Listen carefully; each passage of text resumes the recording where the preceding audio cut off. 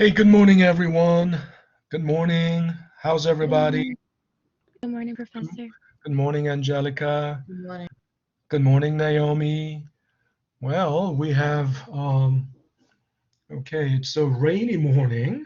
Um, a bit, I don't know if if you are having the same weather, because some people are not in, greater New York area.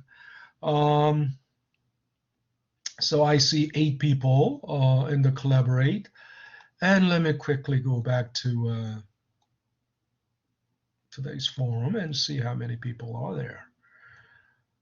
I have nine. I have nine. So just one more person, right? I'm still waiting for one more person to join, right? Um,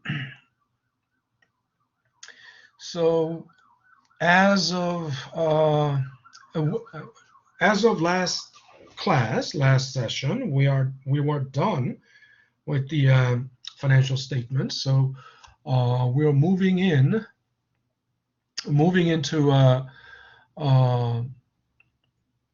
topic 3. But again, we are not the main lecture. The main lecture is not in topic 3. The main lecture is already, I believe, into topic. Uh, okay, let's see. Um,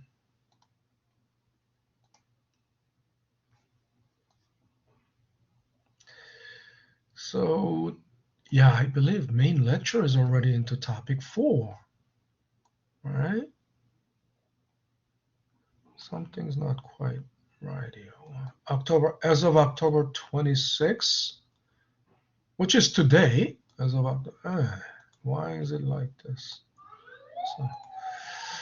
So, as of today, the main lecture has already moved on to bond valuation, right?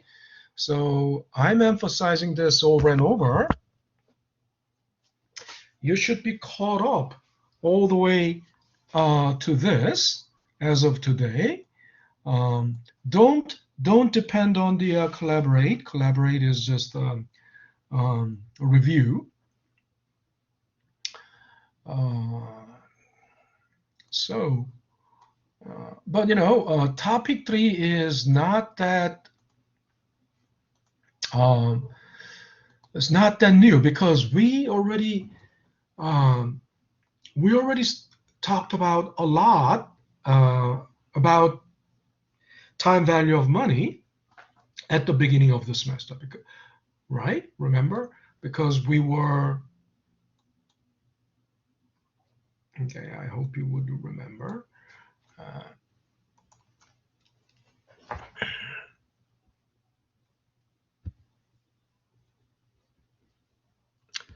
Uh, time value of money is about compounding and discounting, future value and present value.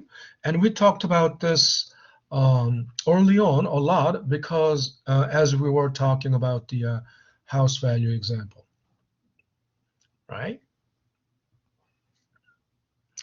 So remember, so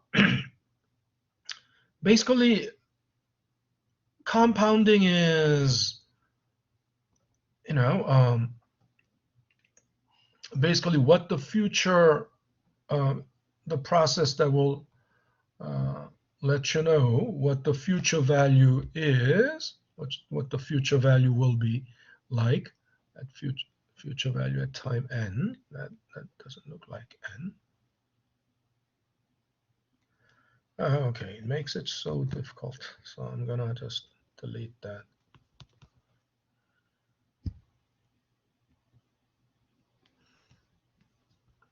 And this is something we already know. P times 1 plus r raised to t, right? Here, let's let me just use this very stylized um, typical example. Suppose you have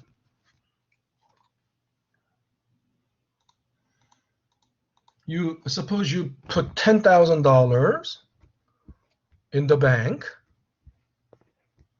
right? 10K in the bank today, where the interest rate is 10%,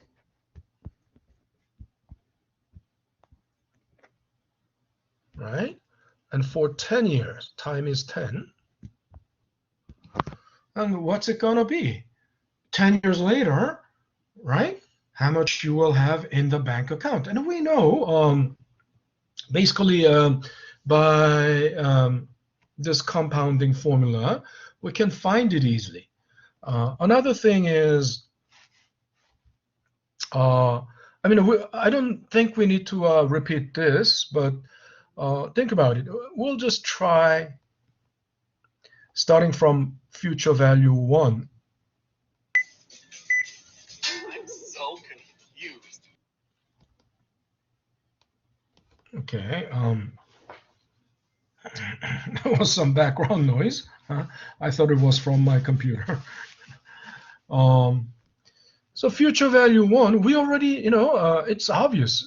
There's gonna be $11,000 at the end of year 1, and it's because it's principal plus interest, right? Which is basically how do we know interest is 1K? Because we know how to calculate. Basically, interest is calculated by P times R times T, right? Principal times interest rate times T. And since T is 1 year, we don't even have to write it, right? And then how we arrived at that, first, we factor out common factor, then it becomes 1 plus R, right? Now, then what's going to be the future value 2 at the end of year 2, right? Time 2. And just like this, just like future value 1, there's going to be, it's not going to be the principal sitting there in your account at the beginning of year 2. What is sitting there at the beginning of year 2 is actually future value 1. Isn't that right? Future value 1 will be sitting there at the beginning of year 2, right? In other words, 11K.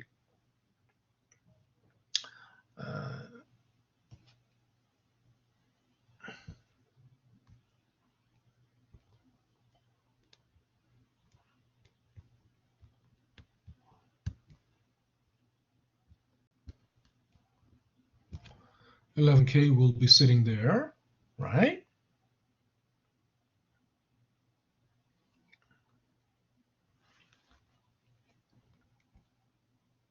$11K will be sitting there at the and then it will earn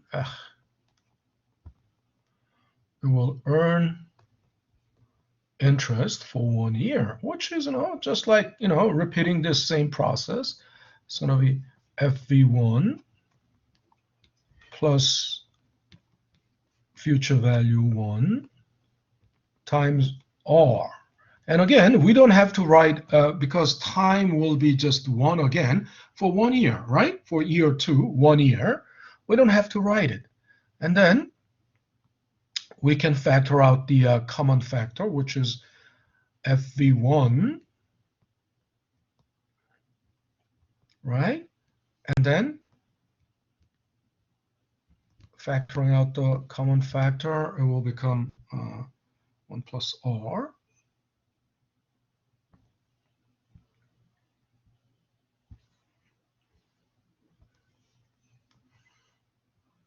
Which will become, then, since we can replace FV1 by its own definition,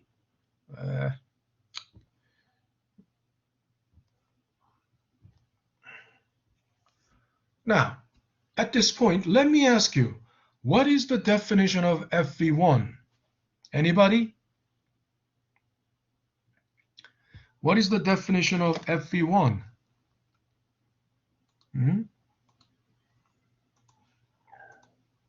I have 10 people.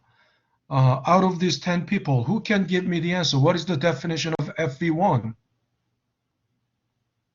Anyone? Doesn't it mean fractional? Say that again. Doesn't it mean fractional? Like a fraction? Fractional? Yeah, like a fraction, no? No. The definition of FV1 is sitting right in your face. Yeah, Jeremiah. It's not future value. Yes, FV means future value. So But FV1, huh? The first year, right? FV1 is future value of year one. In other words, future value at the end of year one. But then that's not the definition I'm looking for. Again, did I ever recommend any verbal definition? Huh? Did I ever say, all this time, did I ever use any verbal definition? Huh? Did I ever, tell you to use verbal definition? Huh? I've always despised verbal definition, right? I told you, verbal definitions are pariah because it's never closed-ended. It's never, infallible. It's never, indisputable. Of course, a verbal definition of future value is not that, verbal definition is not that, fallible. Verbal definition is not, future value at the end of year one. So there's no room for any mistake. It's almost closed-ended. But look, but if it is not the verbal definition that I'm looking for, what should it be?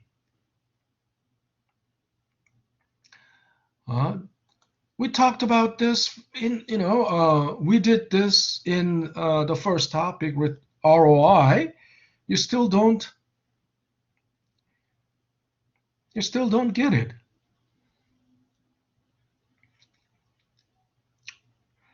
What is the, and I told you, it's right in your face.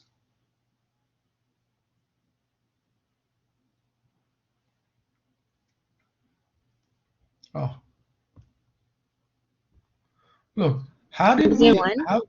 huh? Like a number one? Number one? Yeah. No. How can, listen, someone said future value one means future value at the end of year one. So how can the future value at the end of year one be just one? Right? Does it make, logically doesn't make any sense. And future value one is, come on, if you've been following this example, you have principal is 10K, interest rate is 10%, time is 1 year in this. We're just trying to, instead of, instead of this, we just found, what FV1 was, right? So time is 1, right? Future value 1. I can do this. Maybe. Yeah.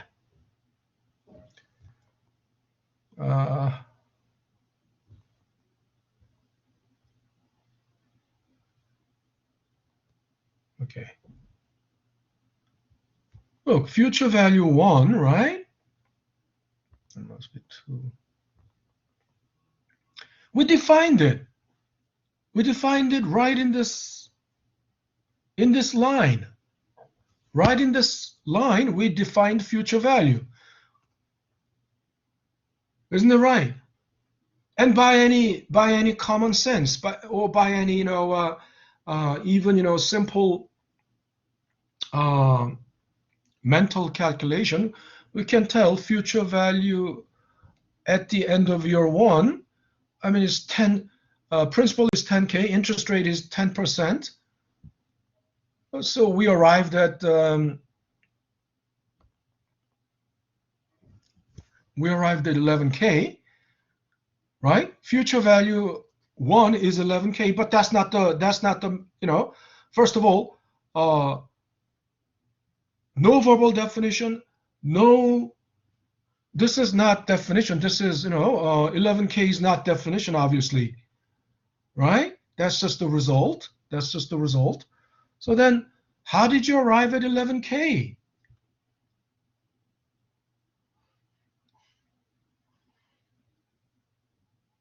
How did you arrive at 11K? Anybody?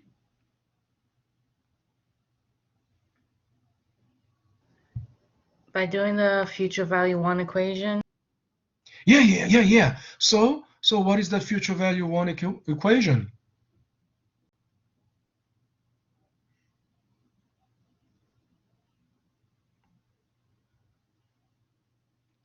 I mean, what is the what is the final step of that equation?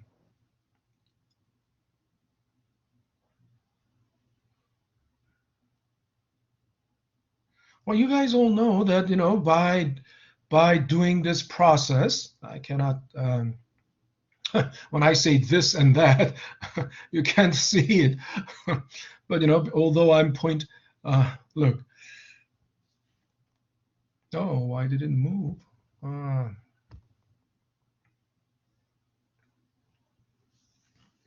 Isn't that the final step of future value one equation? Huh? But that means, isn't it? This is future value one. This is the definition of future value one, isn't it? P times 1 plus R is the definition of future value one. Isn't it right? Nobody understands.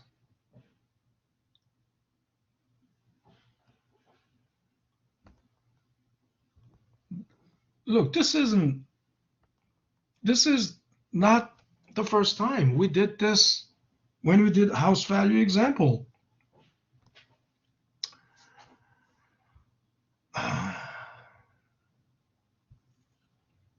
Let's see. Now this is the problem with a lot of young people these days. Why? Because you never write a complete sentence. Sometimes I get these emails from students, and the emails are like completely unintelligible. Why? Because they write it like text message, and even in text message, it can be you can have you say something, right, and then you stop. You have to have period. In other words, one sentence. When one sentence is complete, then you have to have period, right? But a lot of people just send me an email which has no break, no comma, no period, and then just send me an email like that, and which is completely unintelligible because it's not a complete sentence, right? It's not a complete, well composed sentence. It doesn't have to be a very well composed sentence, but at least it should make sense. You have to stop where you have to stop. But since the days of text messaging, right? People just don't never write a good full never write a full sentence. It's not like sending a letter. I mean, email is supposed to be like a letter, but they just and especially young people these days, it's only a very short sentence. It's not even a sentence, just a short statement. That's all. Very, in other words, they never ever. The simple sentence is the maximum they have ever done, right? Simple sentence, and they have never composed any compound sentence. Okay, what is a compound sentence? Compound sentence is something like A is B and which is C,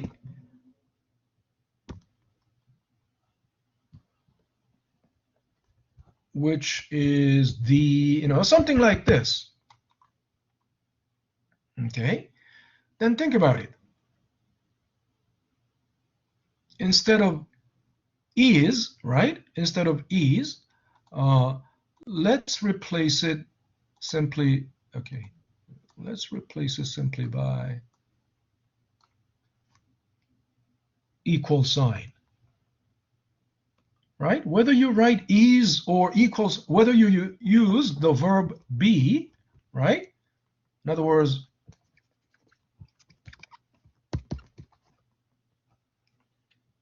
when I say verb be, I hope you would understand what that means. What is verb be?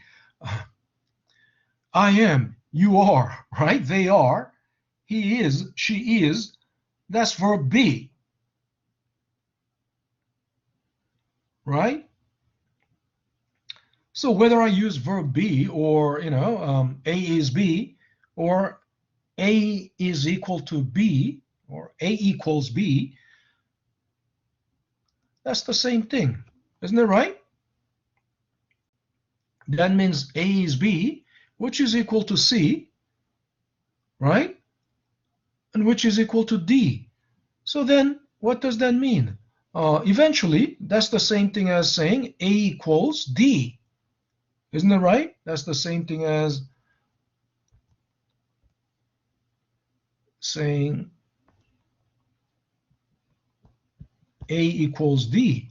But through this process, A is equal to B. Originally,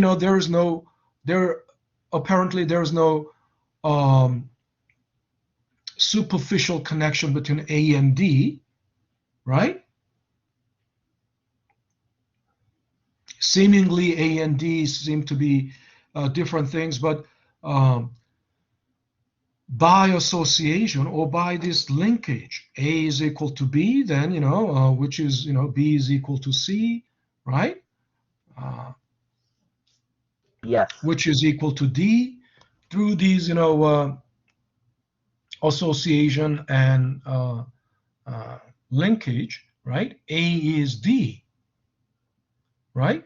And this type of sentence is compound sentence, right? Compound sentence. And people don't,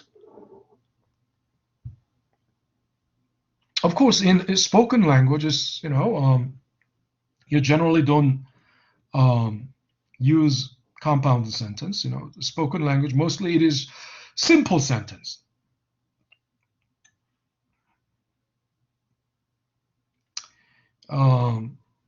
But then when you are writing, at least in written language, you should be able to command this type of sentence. But a lot of students these days seem to think it is, they don't want to bother with, they don't want to bother, right? But then being able to construct a compound sentence like this builds your brain, builds the logical thinking, logical reasoning faculty of your brain, right? If you are only used to just, simple short sentence, your brain will never develop. But then again, think about it. Isn't it exactly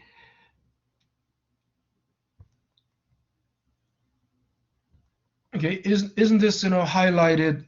Look at the highlighted equation. I mean, it's just one equation, but the one equation is being interpreted and interpreted and interpreted again.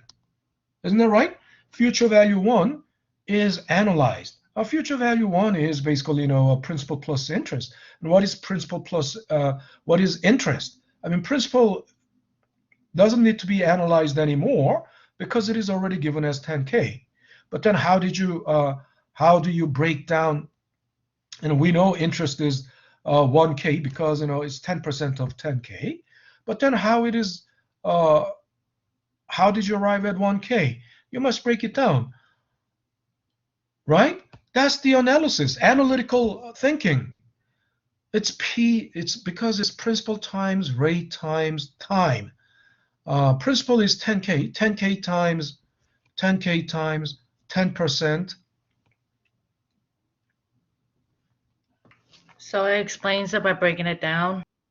Of course, that's what is analysis. What does that mean? What does it mean by, what does analysis mean? It means breaking down, analyze, meaning it's breaking down, decomposing it. Instead of just saying, 10% of, instead of just saying interest is 1K, we know interest is 1K because it's 10% of 10K. Then bring in that, because it's 10% of 10K. Bring that into the picture. Not just, say 1K. You need to bring that, it's 1K because it's, 10K times 10% times 1 year. And don't forget, there's 1 year. Right? Of course, because it is 1, you don't have to write it. But, the process must fully decompose how you arrive, or fully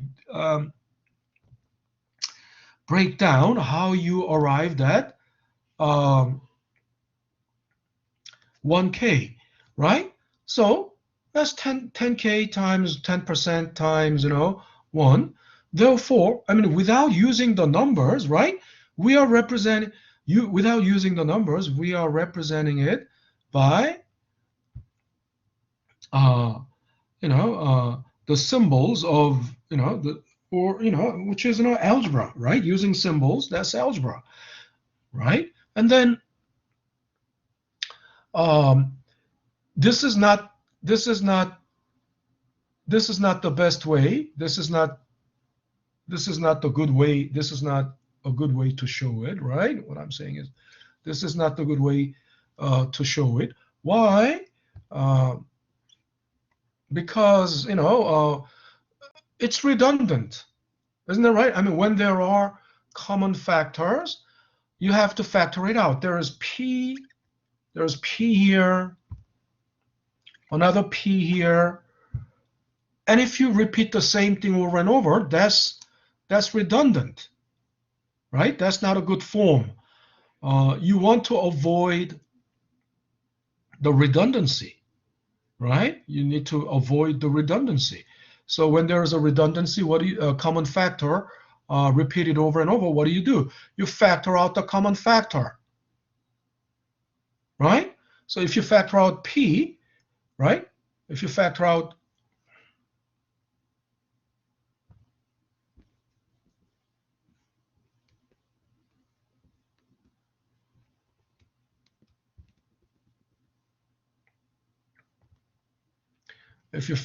P, then this will become 1 because you factored it out. It will become 1. That's what this 1 is. You factored it out.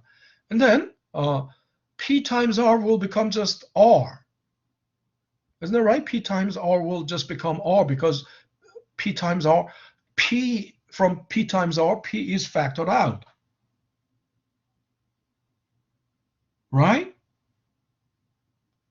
You don't follow this math? If you don't follow this just, very basic level of math. And I'm not, I'm just surprised. I'm shocked because this is not the first time we did this in topic 1. Okay, we did this in topic 1.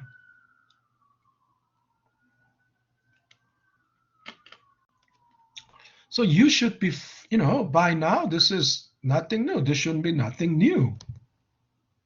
This should be nothing new, right? And that's why of course, just from P plus I, it is 11K. I mean, what else can it be? Principal is 10K, and interest rate is 10%, so interest will be 1K. And so future value 1 should be 11K, right? It goes without saying. But then instead of just, everything, if you just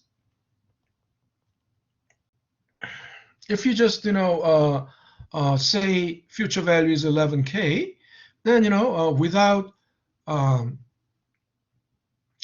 the process arriving at that number, right? You can mentally calculate and arrive at 11K, but that's not important because it's not a difficult calculation. It's a very, very easy calculation, very easy math because I used only round numbers. But first year, that's possible. But if it is FV10, how would you mentally calculate it? There's no way you can mentally calculate it. There are some, math geniuses who can easily mentally calculate, but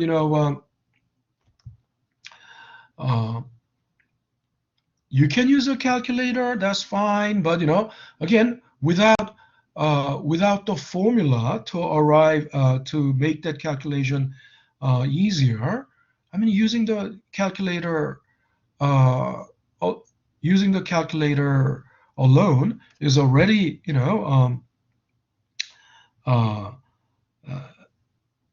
not an easy job without the formula, right? But look, this way, we all know,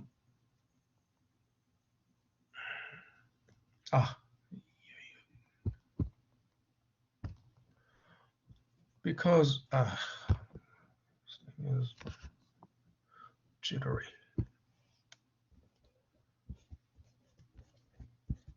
10K times 1.1. Isn't that right? This is 1.1 because it's 10%.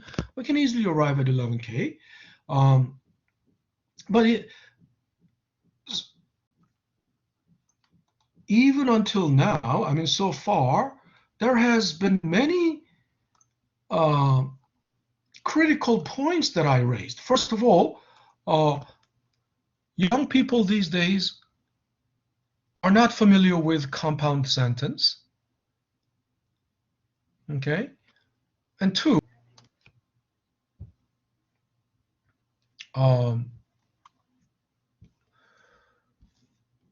avoiding redundancy. It's not only in math. In English class, in English composition, you would also learn that repeating the same word over and over is a bad form. It's not a good form.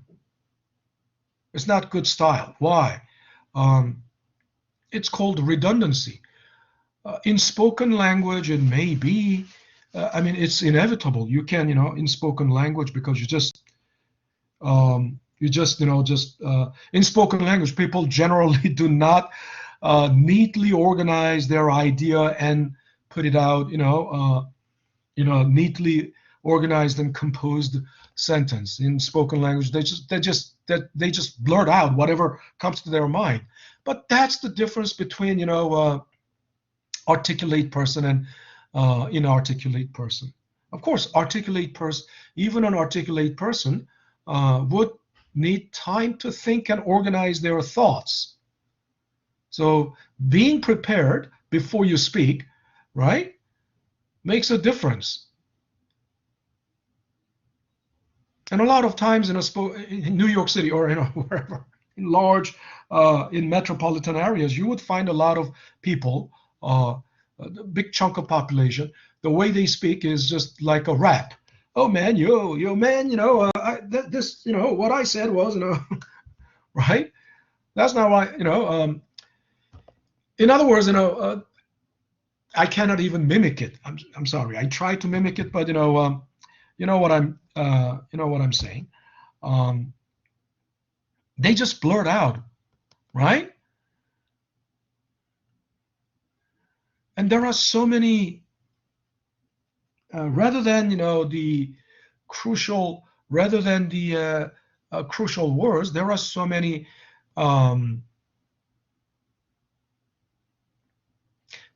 interjections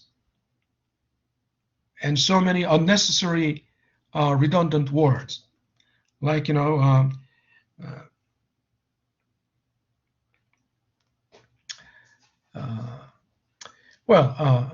not going to repeat that because I can't even mimic it like the way they do it. But the point is, let's say in a spoken language you can say, I go to CUNY and my sister goes to CUNY and my friend Jason goes to CUNY. Look, these are basically three simple sentences, just connected by word, the conjunctive and, right? So I go to CUNY, my sister goes to CUNY, and my friend Jason goes to CUNY. In that sentence, that's actually three. Just because it's a one sentence actually, because you're saying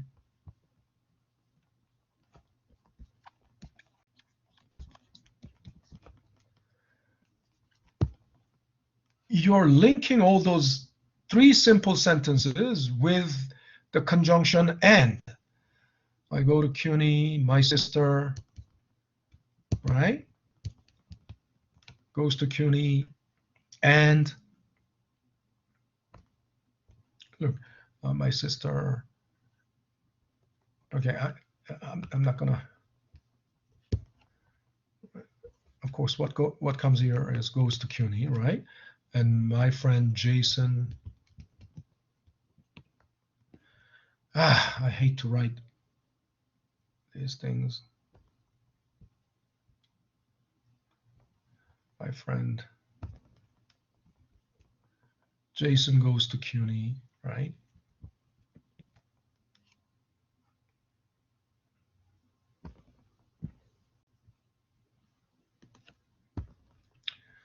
Look. But look, you understand what I mean by redundancy, right? First of all, how many times go to CUNY? How many times the this verbal phrase go to CUNY? How many times is that verbal phrase repeated? 3 times, right? I go to CUNY. My sister goes to CUNY, right? Jason, my friend Jason goes to CUNY. Now, of course, in a spoken language, you can do that. Nobody will come to arrest you. Nobody will put you to jail for repeating same phrase over and over. It's not against law. But this is obviously not a very well organized. It's not neat. It's not a neat sentence, isn't that right? So if in a written language you shouldn't do this, right? Of course, you don't go to jail you don't get arrested for writing like this in a written language. but you, in an English class, you will certainly lose point for being redundant, right? So what do? You'll have to factor out the same factor, and the same factor is then what? Go to CUNY is the same factor. Then what you will need to do is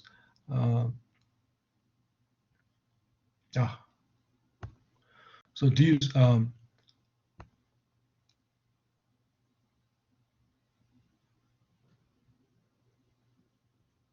it's like I, my sister,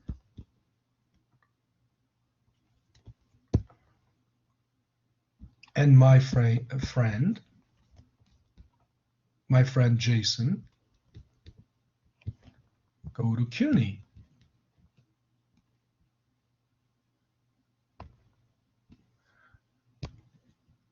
Go to CUNY. Okay, this is basically like factoring out, right? Of course, you don't.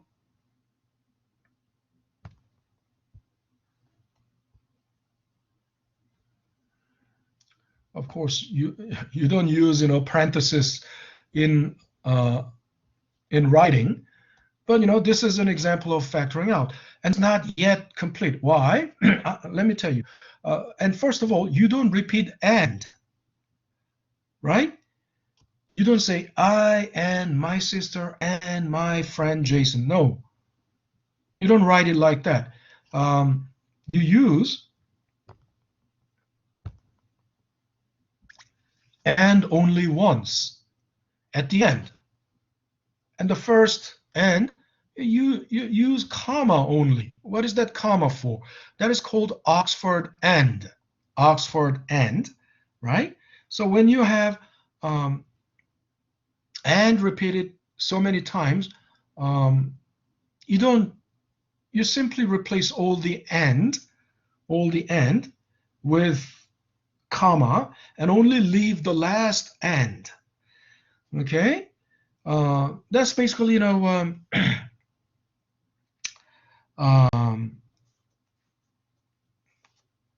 that's rule of parsimony, right? You don't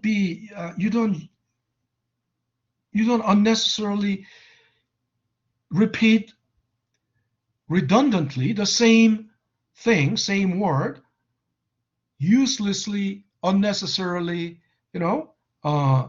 repeat it. You don't use it repeatedly and redundantly, right? That's redundancy, right? Remove redundancy. And finally, there's one more thing. This is not a good form. It's not a good style to put I first. Okay? This is not a good form. So when one of the subjects is I, then I should come at the end. So in other words, a good form is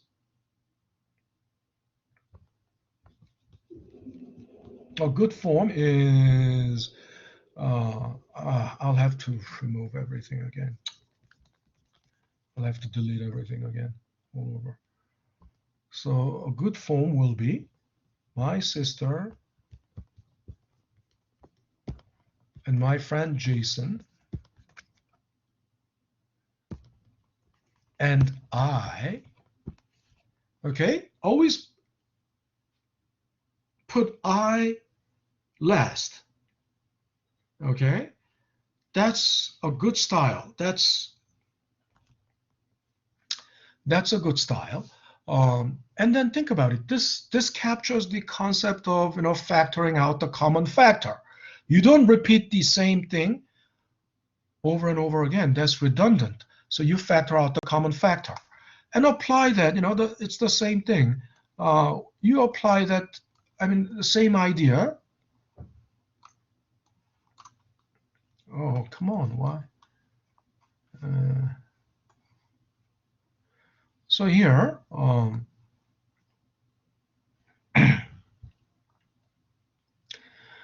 P plus P times R, right? P P is the common factor. It gets repeated. It's redundant. So we factor out the common factor, right? Factor out the common factor. So we come to, I'm talking about this. Okay, when I say this, you can't, this common factor P, right? You factor it out, right? So then it is 1 plus R, P times 1 plus R, right? But then, and also put it all together. Isn't this the compound sentence? Isn't this exactly the compound sentence? Huh? Isn't it exactly the compound sentence? Huh? First of all, so this is what you're missing. I mean, FV1, that's the subject. It's here. FV1, we defined it here. FV1 is this, which is this, which is this. Right? FV1, which is this. Come on.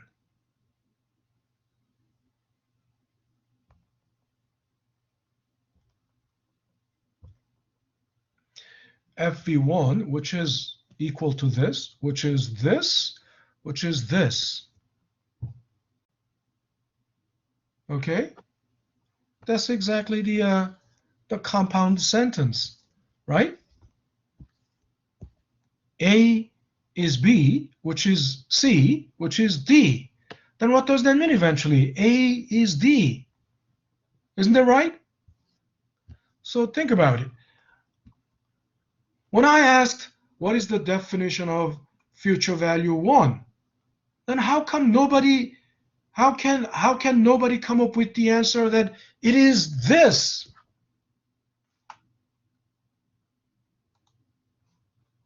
This is the definition of FV1. Isn't that right?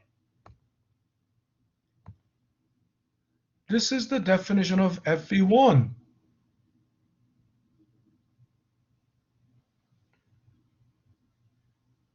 This is the mathematical definition of FV1, P times 1 plus R.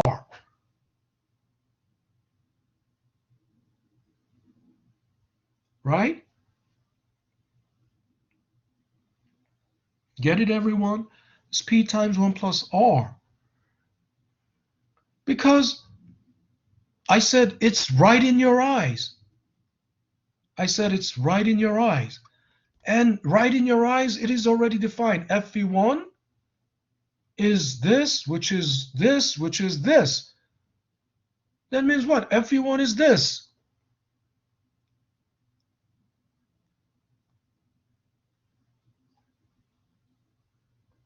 And nobody, you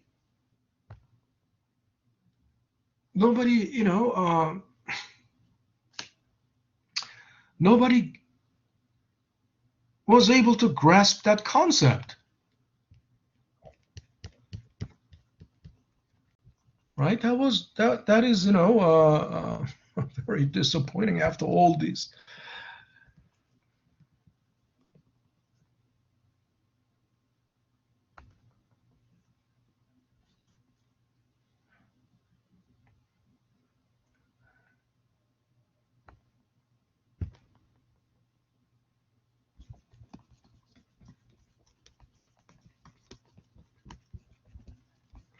And which is not even a difficult math. It's just very basic algebra. Algebraic thinking, right? Algebraic thinking is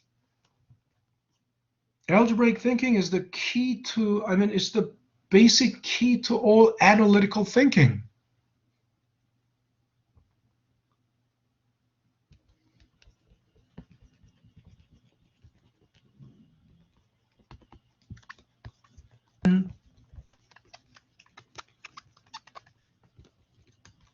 If this is the first time in this class, then, you know, I can say, yeah, you never, you know, it's possible because you guys were never exposed to anything like this before.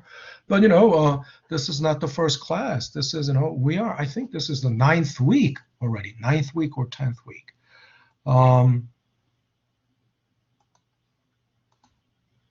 And in topic 1, we already covered this in topic 1.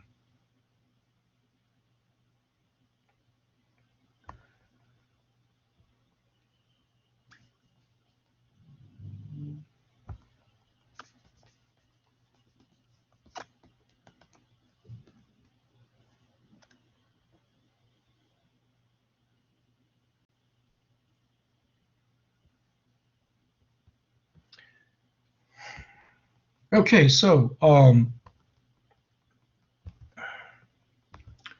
then let's go back to FV2. I thought, we could just easily skip this because, this was already done in topic 1, but it's taking forever. I mean, if you are all acting like you've never seen this before, then it will take forever. It's going to take forever. And besides, we are not only that you have seen this before in topic 1, but the main lecture. In the main lecture, if you have watched the main lecture videos, you would have already seen this many times.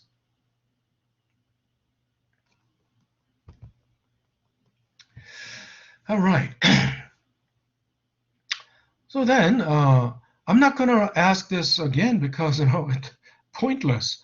I've already explained this, and if you still don't get it, then it's really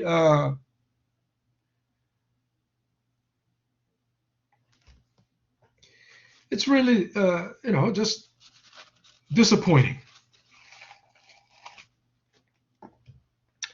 So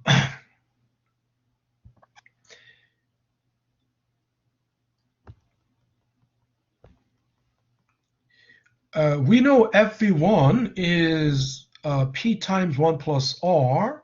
That's the definition of FV1. So then when we work on FV2, then, it's the same process. FV1 at the beginning of the year 2, FV1 is sitting there, and it's going to earn interest for 1 year again. So then, how do you calculate the interest? Again, just like, in year 1, it's P times R times T, because, that's what is there at the beginning of time 1, right? Principal times, interest for 1 year. But at the beginning of year 2, FV1 is already sitting there, right? So it will earn 10% again.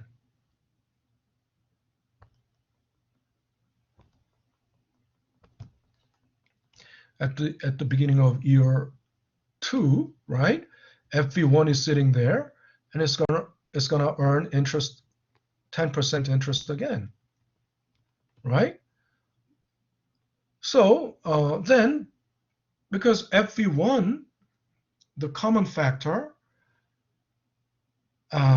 is appearing twice, we don't want redundancy, so we factor out FV1. It becomes FV1 times 1 plus R. And then we know what FV1 is. The question was, so what is the definition of FV1? The definition of FV1 is P times 1 plus R.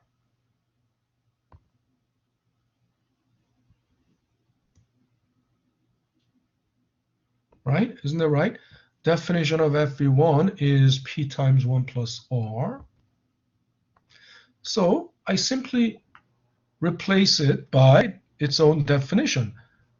So it's P times 1 plus R times 1 plus R. Okay? Some people may still wonder, why is it 1 plus R times 1 plus R? Look, this is FV1, right? And this 1 plus r is this 1 plus r is simply this 1 plus r, right? And I'm sure, most of you would understand. Some people would still stubbornly don't get it. Now,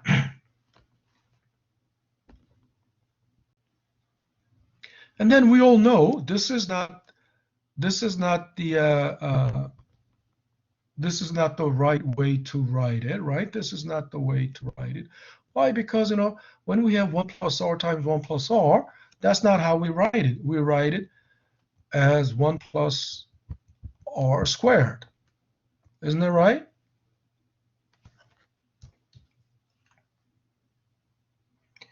Okay, everyone is okay with that?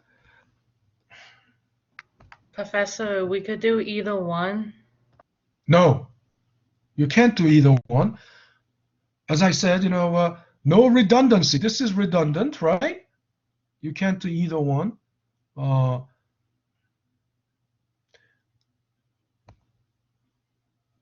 If your question is, can we use either one for calculation? Yeah, for calculating, there is no problem doing like this. But, that would only take more time. And besides, it's like, but when you write it, you shouldn't write it like this, because that's not neat. This is the neat form, right? In other words, all mathematical expressions must be reduced to the most, all mathematical expressions must be reduced to its simplest form. In other words, you must avoid redundancy. This is like when you have a common factor, right? You don't repeat it. I mean, this is not, and think about it. When you have,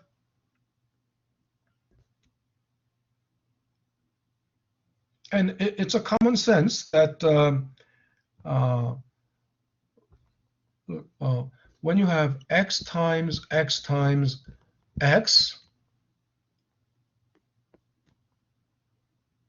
do you leave it like this? When you have x times x times x, do you leave it like that?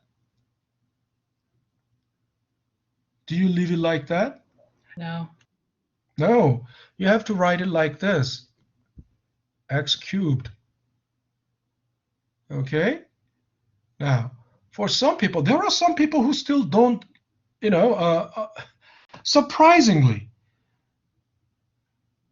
on college level, there are still some people who think, oh, isn't it 3x? Wouldn't it be 3x? Because there are 3 x's. No.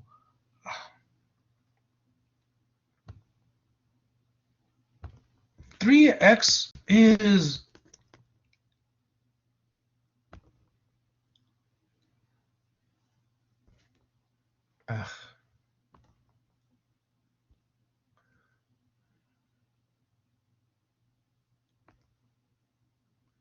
3x would be something like this. This would be 3x. X plus x plus x, right? That's 3x, right? But it is x times x times x, right? It's x cubed. You put it like this. Of course, when you calculate it, suppose this is 2, x is 2, suppose x is 2. Then, of course, we know, this is such a waste of time. If x is 2, we all know, think about it. 2 times 2 times 2 is not 6, it's 8, right? 2 times 2 times 2. You would, and also you can calculate it, you can get to 8 by really doing 2 times 2 times 2. But what is that? 2 times 2 times 2. This is just another way of saying 2 cubed, isn't it right? I don't have a space anymore for writing it.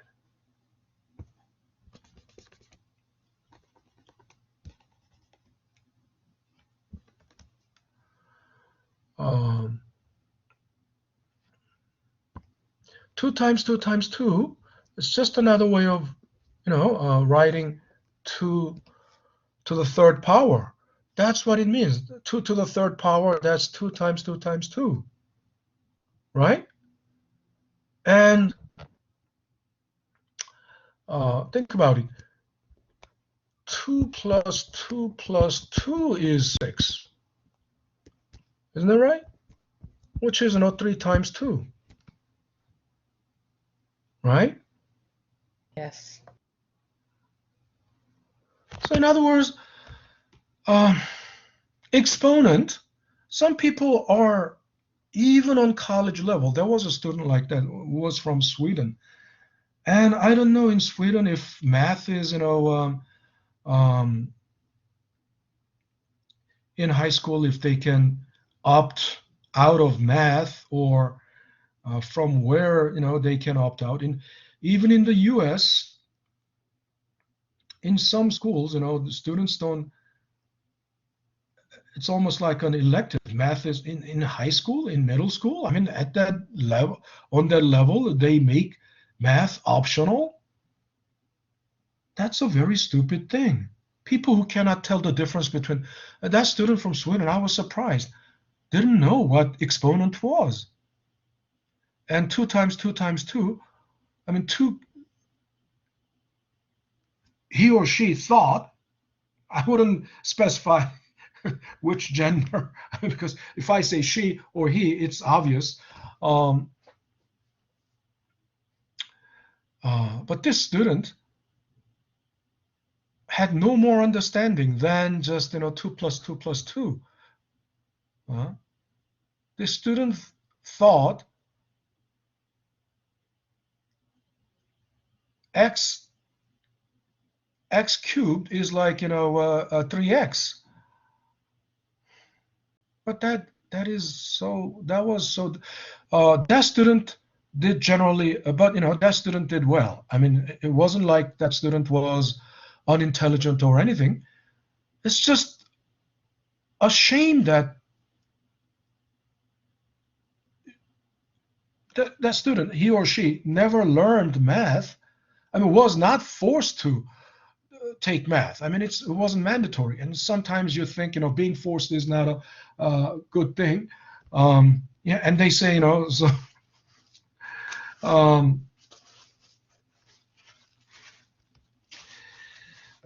When they say, mask mandate, there are people who are protesting against mask mandate. This is not a communist country. We don't, we are free to do whatever, we have freedom of. Look, say that in say that when you are about to die, right? If no one wears mask, no one takes vaccination, everyone gets, everyone is fully exposed to the virus, and one after another, everyone is dying. Well, freedom to be stupid is still freedom. Freedom to be freedom to die is still freedom. But die for what cause? You just die for the cause of not wearing mask. That is, in other words, you have freedom to be stupid, but it's not a sensible thing. I mean, you have responsibility to be sensible, right? Freedom is not everything. Those mask mandate protesters are saying as if freedom is everything. Let's say we are at war, like World War II. We are at war on both fronts, right?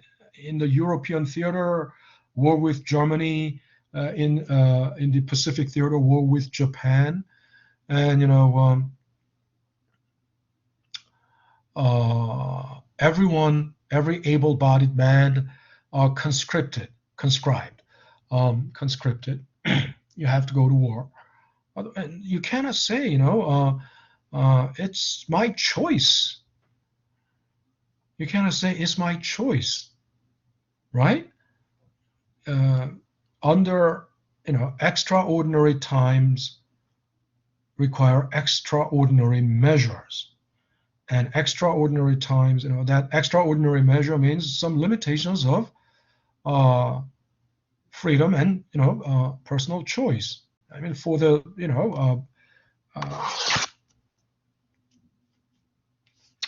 for the common good, right? We have to sacrifice something. And because the sacrifice, is inevitable for a better, for the common good or for better future. I mean, it's just a choice between, today or tomorrow. I mean, you would want to have a better tomorrow by sacrificing something today, or you want to sacrifice nothing and, live large today as, as you want and have no tomorrow, right? It's just a trade-off, and people, those non-vaxxers or mask mandate protesters are exercising their freedom to be stupid, but not carrying out their responsibility to be sensible, right? But anyway, so the Sweden, the talk got, yeah, I don't know how the students from Sweden never learned any math beyond like third grade or fourth grade. I never asked her or him whether, but it seems like, it looks like, math was an elective or optional for them. So I had no idea, couldn't tell the difference between exponent and multiplication.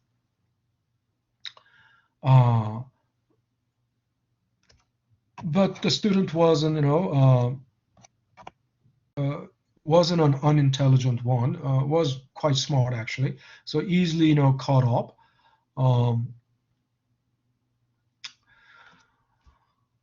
But the point is, again,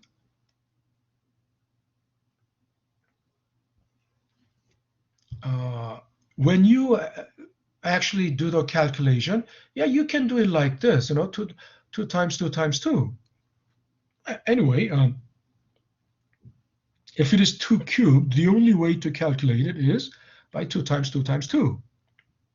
But again, when you write it, you have to write it like this. I mean, this is not a good form, right? As I said, this is like I go to CUNY, my sister goes to CUNY, and my friend Jason goes to CUNY, right? That's not the neat form, okay?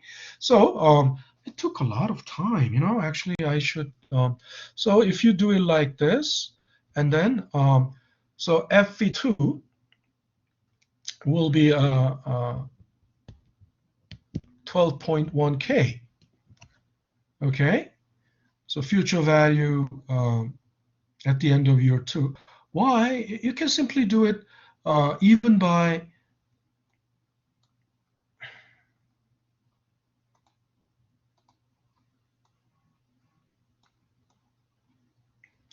look, even from here, we know if you actually, when you're calculating it mentally, we know this is, 11K, and then 1 plus R is, 1.1. That, if you can mentally calculate it, you arrive at, 12.1K, right?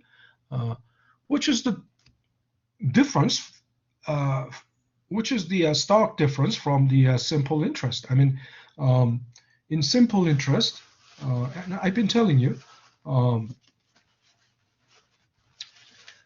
from the day one, there are, short-term financial market and long-term financial market, and short-term financial market is called the money market, the only difference, the line between short-term and long-term is 1 year. If the maturity is less than 1 year, it's short-term. Maturity is longer than 1 year, it's long-term. In a short-term financial market, you use simple interest rate.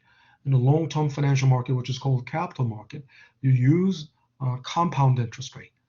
Okay, so in reality, if it is longer than 1 year, it will always be compounding, right? But in the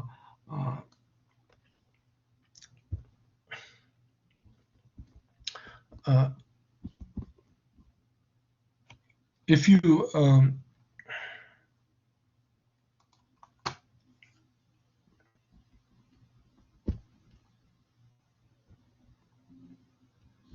and to do it like this, of course, you will have to use a calculator, right? But suppose you are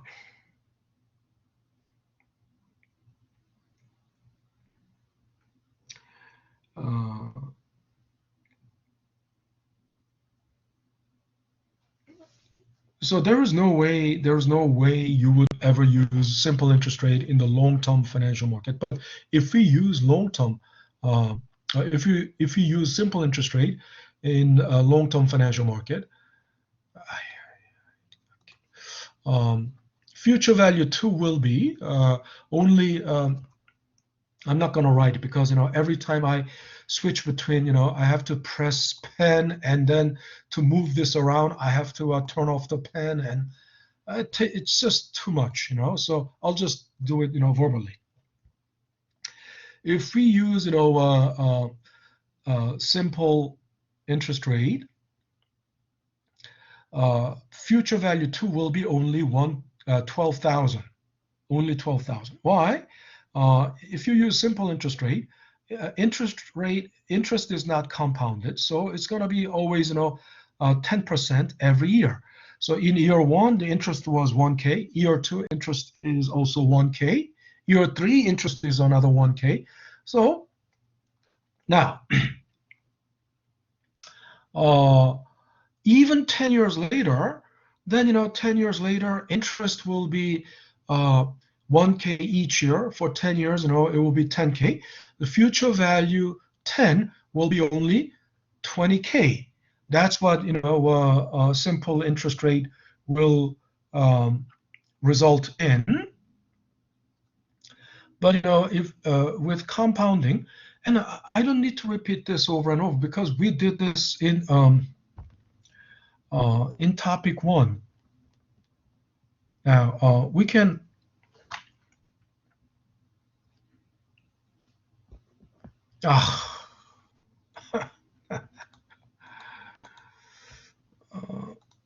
Now again, then let's think about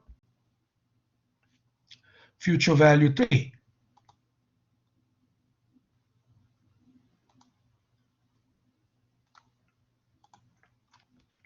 Just to throw in. Then we know at the beginning of year 3, FV2 is sitting there, right? And it's going to earn interest for 1 year. So it's going to be, then interest can be broken down into, how do we decompose the interest? Is FV2 times R, right? And again, we factor out the common factor. That's going to be FV2 times 1 plus R. But what is the definition of FV2?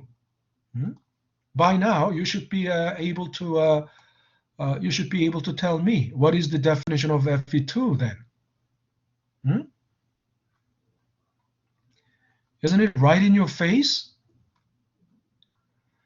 This is FV2. This. Still, nobody is able to tell me. This is FV2. That's the definition of FV2. Isn't that right? Although it's right in your face, you are not able to tell me. You cannot. Nobody is, able to.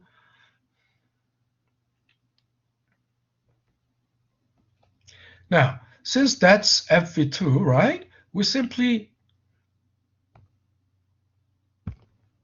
can simply rewrite it by its own definition.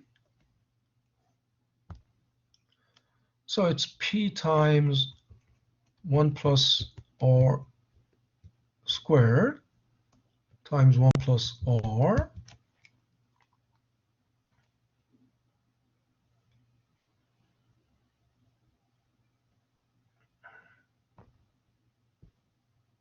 then they should be written as P times 1 plus R cubed, right? So now we can pretty much come to the generalized conclusion, right? No matter what n will be, right? No matter what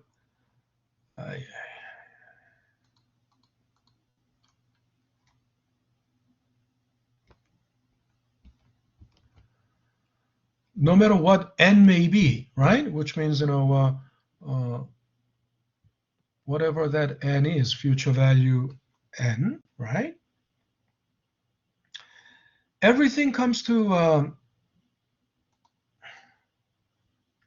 please go back to ROI, and this was all explained, go back to the first topic videos. It was all explained there. And I wasted this, it's 1 hour 40-minute class, and almost 1 hour 30 minutes have been just simply wasted. I mean, it's redundant, right? A lot of I want to avoid redundancy, but having this collaborate session is already redundant because all the lectures are already done by the main lecture videos, and this was supposed to be for collaborate session is supposed to be for reflection, meaning if you have questions, then you should ask it here. But this collaborate session isn't meant to, it wasn't intended for reteaching everything all over again. But then it's almost like reteaching everything all over again because you don't remember anything. So the process is, of course, I'm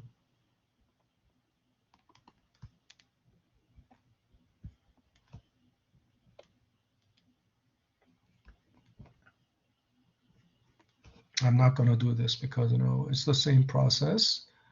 I'll just eventually we come to the conclusion that the no matter what n may be, all you need to do is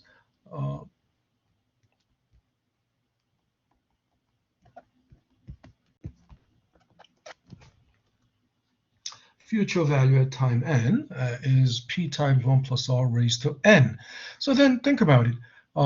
If we have, then here, what was our original question? The original question was, what if time is 10, right? In other words, what's going to be the future value in year 10? And all you need to do is, okay,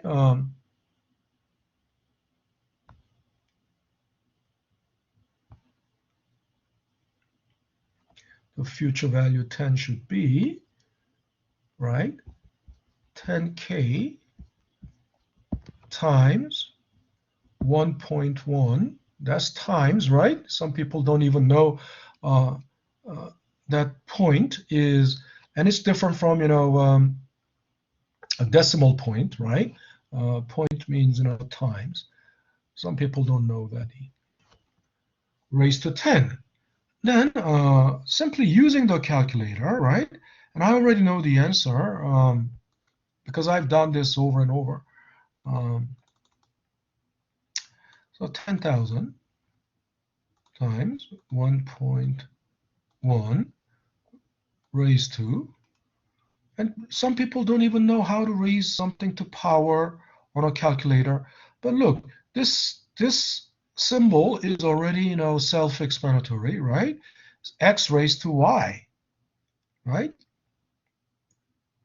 So 1.1 raised to 10. Hit enter. You come to 25,937. 937.43, which is almost 26K. Okay.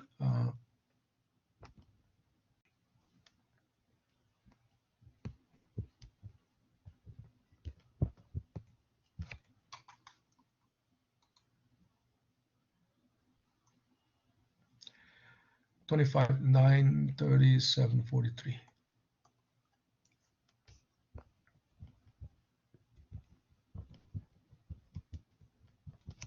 Okay, which is almost, you know, 26K. Now, compare this with, you know, simple interest. Compare this with simple interest. And remember I said, if we use simple interest,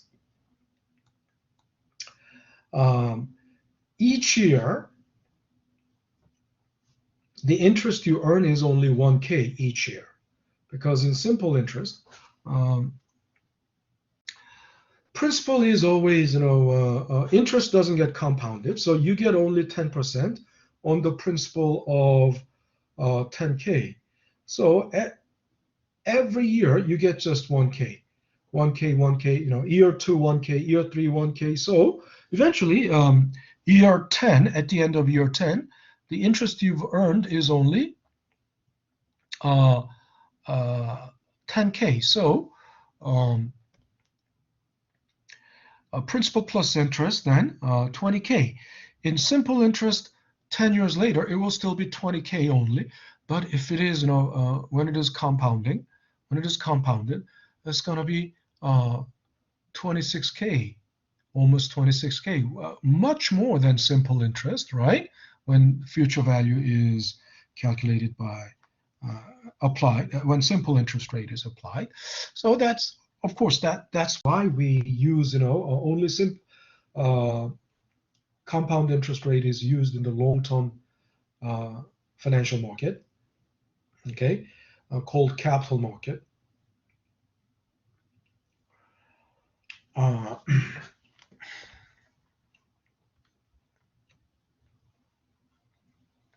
And it's not only because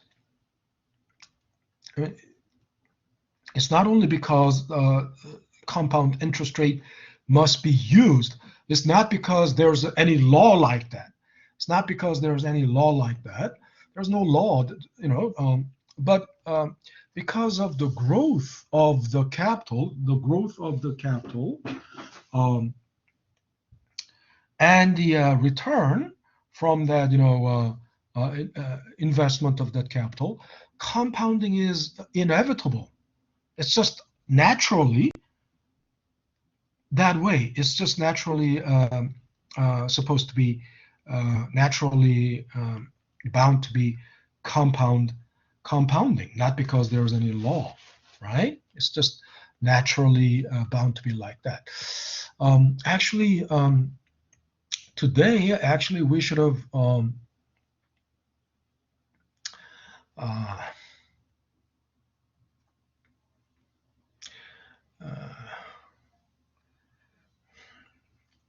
I should have even talked about, you know, the reverse process of compounding. The reverse process of compounding is called discounting. So in other words, discounting is finding what the principal is when that means, you know, when everything else is known. When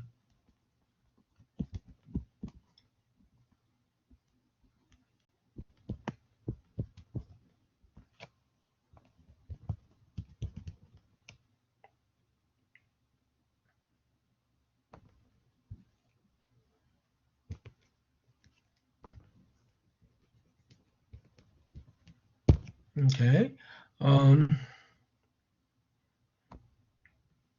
look,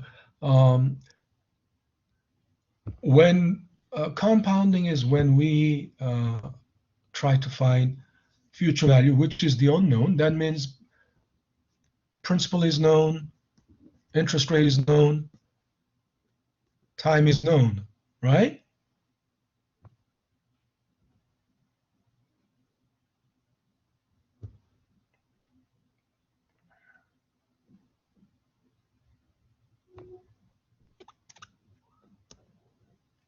But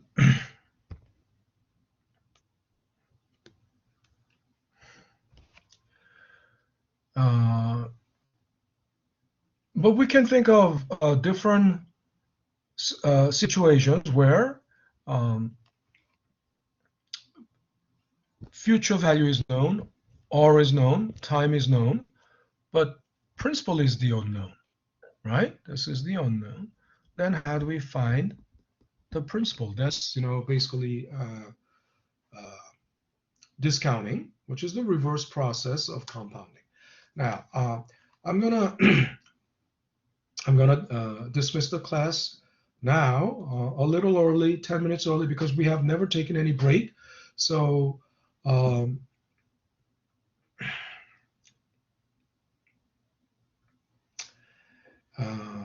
just want to make sure that everyone is. Does anyone have any questions so far? Anyone? Any questions so far?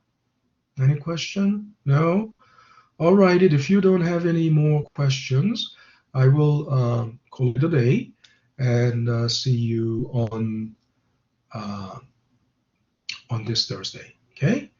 All right. Have a great afternoon. I will see you guys on Thursday. Okay? I'll stop sharing. And Have a good day, Professor. all right, you too, Angelica. Take care. Stop recording and sign out.